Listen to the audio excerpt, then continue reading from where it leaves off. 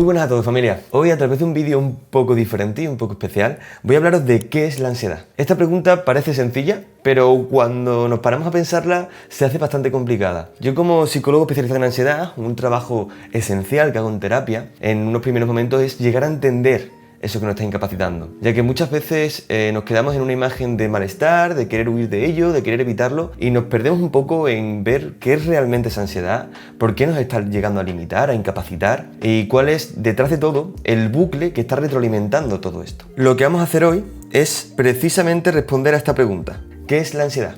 Esto lo hago muchísimo a través de los talleres que suelo realizar, ya que, como decimos, es la base necesaria para poder trabajarlo, para poder desarrollar las habilidades que son esenciales para poder continuar con tu vida. Realmente, ¿qué es la ansiedad? Cuando hablamos de ansiedad, es muy importante entender en un primer momento que es un proceso natural.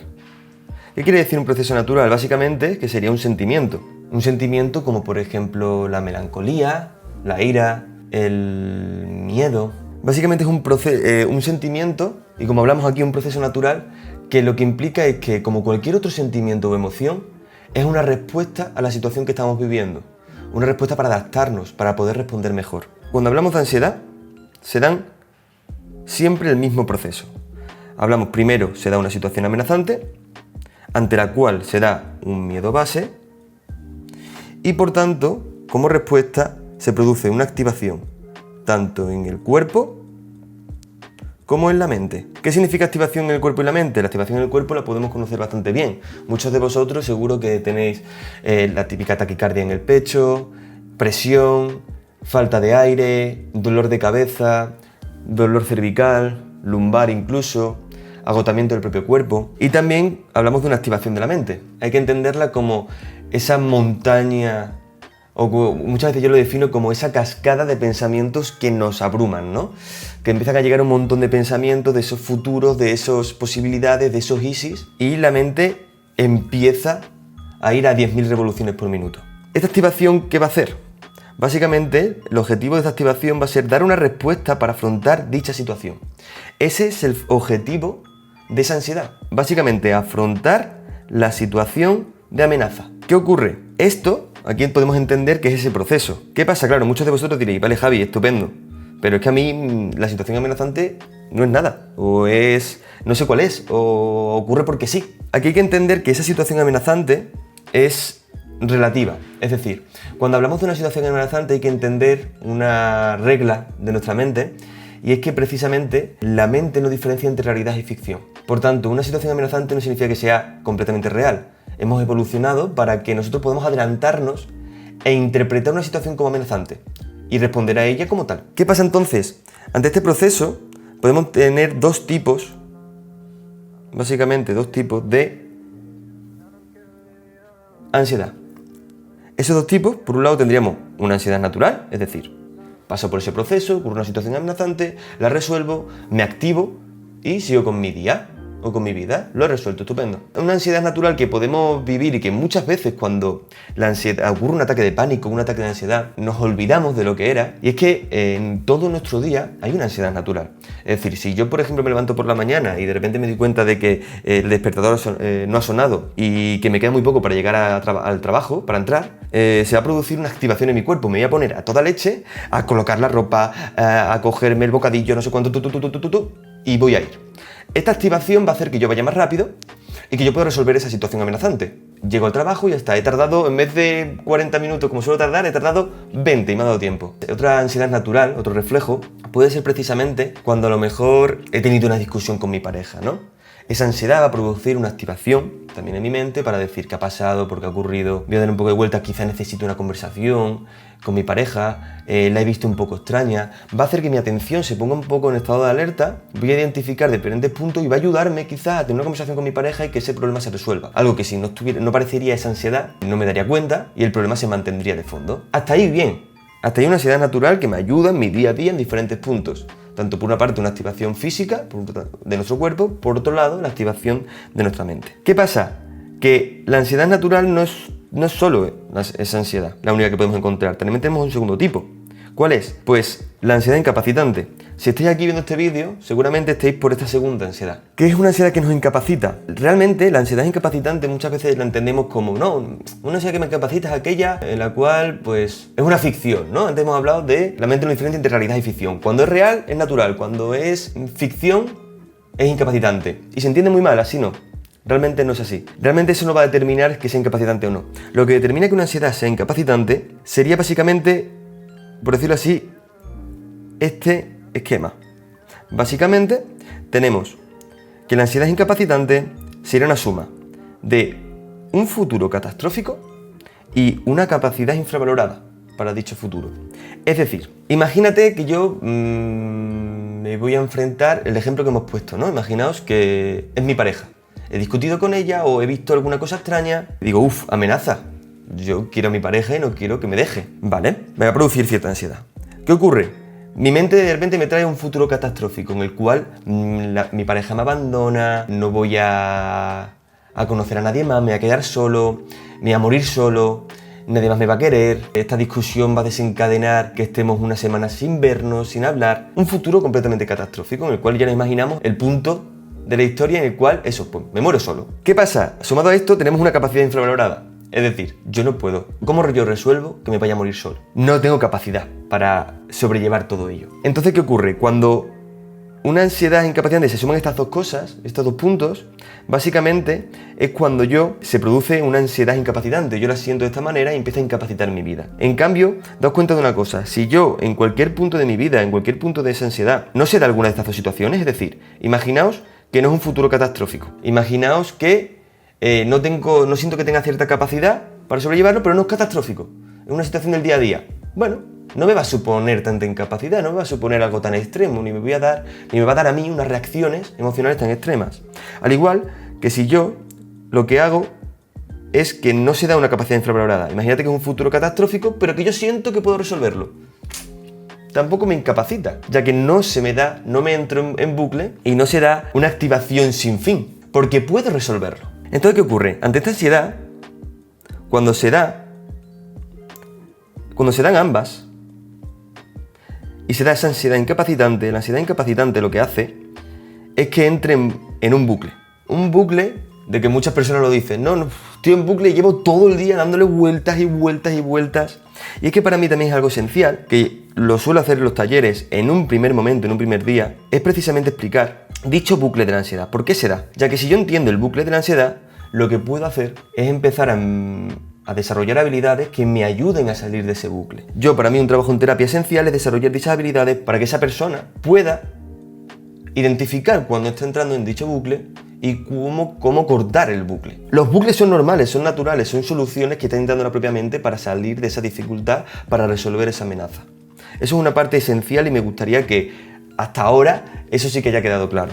Porque es muy importante, porque muchas veces lo que intentamos es ni siquiera entrar en bucle, cuando precisamente el bucle entra por solucionar esa amenaza y como un estado natural de poder resolverlo. La ansiedad, como en ese aspecto emocional, no deja de ser una alarma que nos indica que algo no está yendo bien, que algo es peligroso y que debemos resolverlo. Entonces, ¿cuál es ese bucle de la ansiedad? Para entenderlo, a mí me gusta explicarlo a través de una metáfora.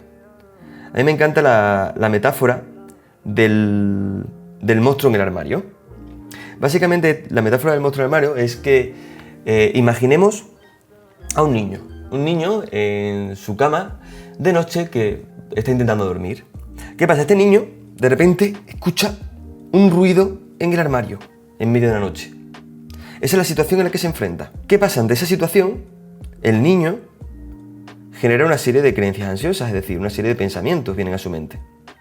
Piensa que hay un monstruo en el armario. Pensamientos como hay algo aterrador allí dentro o no puedo manejar esto. Estas creencias o reglas, básicamente van a desencadenar una respuesta en este niño.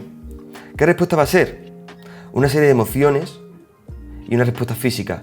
Básicamente, sentir miedo, el corazón latiendo, la sudoración, temblores. Y va a empezar a sentirse emocionalmente abrumado y fuera de control. Aquí me gustaría que identifiquemos una diferencia, ya que claro, imaginemos a ese niño. En esa situación, escuchando un ruido, se asustará, tendrá miedo, uy, ¿qué ha pasado? ¿Qué está pasando aquí? ¿Qué va a ser eso? ¿Qué pasa? Esa reacción, su cuerpo también se va a poner en alerta. ante ese miedo, ante esa amenaza.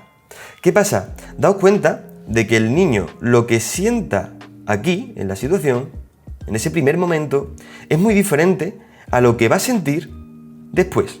A lo que va a sentir después de esas creencias ansiosas y después de sentir esas respuestas a nivel físico. Ya que si os dais cuenta, estas respuestas no responden al ruido, responden al monstruo, a esa regla. ¿Qué ocurre? Que ante esas respuestas se provoca una evitación.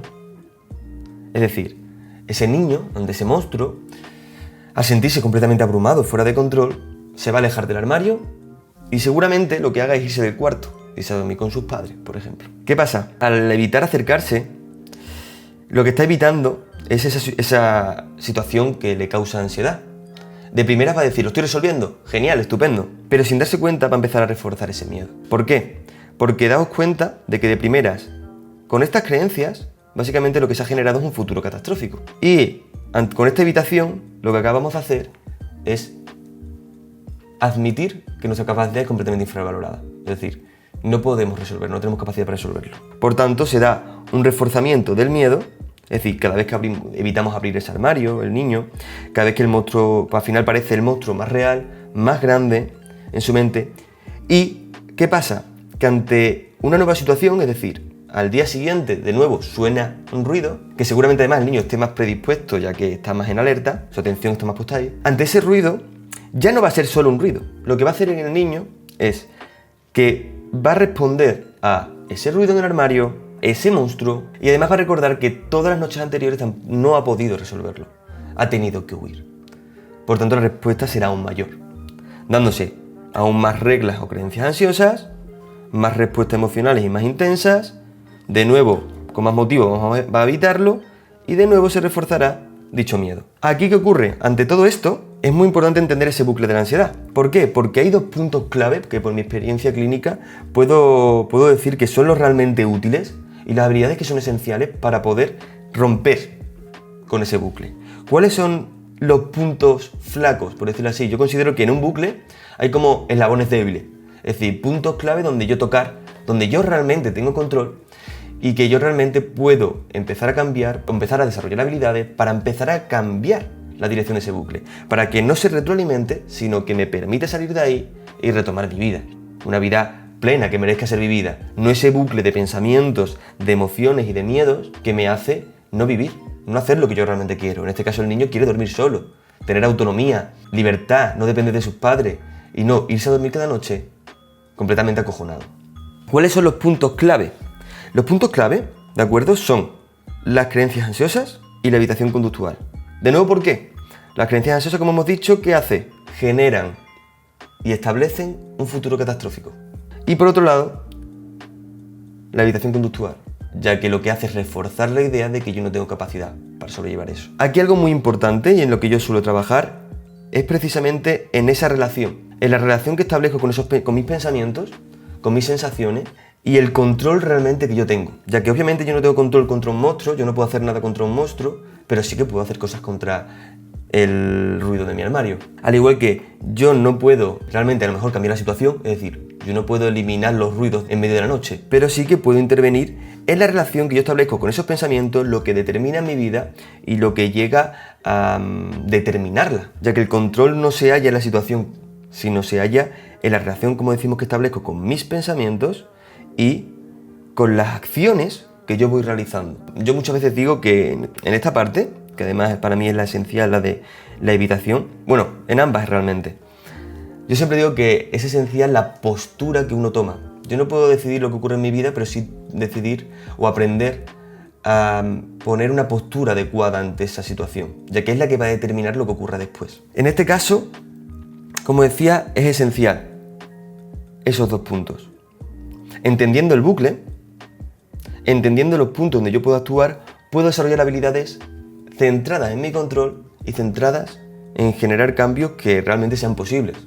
Ya que muchas veces, como decimos, nos centramos en esa situación o nos centramos en eliminar esas respuestas emocionales y físicas. O incluso nos culpamos a nosotros mismos diciéndonos que no tiene sentido, que no debería sentir nada de eso, que no es posible, ¿no? o que es todo mentira y que... No. Recordemos, la mente no diferencia entre realidad y ficción. Lo que sentimos es real. Aunque no haya llegado, lo que sentimos es completamente real. Y básicamente eso sería lo que denominamos la parte de la ansiedad. Considero que cuando una persona sufre un ataque de pánico, un ataque de ansiedad, lo que ocurre es que nos olvidamos de la ansiedad natural que existe en nuestra vida o ha existido hasta ahora. Lo que va cambiando al final es la relación que establezco con esas sensaciones, ya que en este monstruo que hemos puesto, en esta metáfora, el niño y el monstruo que empieza a asustar al niño ya no es, al principio quizá ese ruido, pero después empieza a ser esas sensaciones tan atroces, tan intensas, tan desagradables, que hacen que el niño, simplemente al meterse en la cama, ya tenga ese miedo. Y ese miedo le recuerde a ese monstruo. Por tanto, ese monstruo sí está presente. Así que sí que me parece importante esa parte, sobre todo para empezar a entender y ver ese lado natural de la ansiedad, ya que si no vemos ese lado natural, nuestro objetivo siempre va a ser eliminar por completo la ansiedad, y eso es una tarea tremendamente difícil, por no decir imposible. Por ahora, ni yo siendo psicólogo especializado en ansiedad, ni dentro del mundillo conozco a nadie en todo el planeta que pueda eliminar por completo la ansiedad, eliminándola como sentimiento, y que nunca más en su vida vuelva a sentir ansiedad. Y lo que sí he visto que funciona es cambiar la relación con esa ansiedad, y que no sea la ansiedad la que tome el control, sino seas tú el que tenga control frente a ella, y que deje esa ansiedad de determinar tu vida, siendo de nuevo tú el que tenga el control de tu vida. Yo siempre digo a mis pacientes que no somos seres pasivos ante la situación, ante el mundo, ante mis condiciones. Somos agentes de cambio, seres activos para poder desarrollar habilidades que me permitan, como hemos dicho varias veces en este vídeo, encaminarme a una vida plena que merezca ser vivida por mí. Obviamente me quedo un poco con cosas sin poder profundizar. Yo no quiero que el vídeo dure una hora, así que me podéis dejar en comentarios algunos de los puntos en los que tengáis dudas y yo estaré encantado de leeros y de poder resolverlos en otros vídeos. Así que sin más, chicos, gracias por estar hasta aquí. Quien haya aguantado hasta aquí me puede poner un abrazo también en comentarios para saber que lo habéis visto hasta el final. Y sin más, un abrazo enorme, chicos. Espero que este vídeo os haya ayudado, aunque sea un poquito.